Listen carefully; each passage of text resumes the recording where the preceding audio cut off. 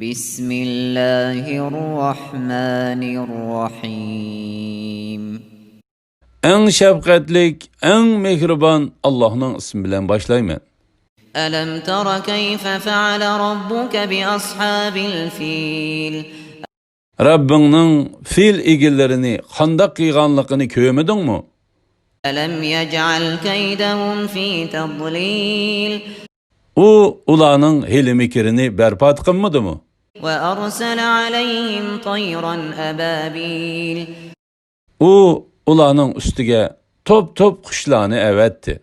ترميهم بحجارة من سجيل Kuşlar ulağa sapal taşlarını itip فجعلهم كعصف مأكول ulanı çayını bitilgen samandek kılıvetti.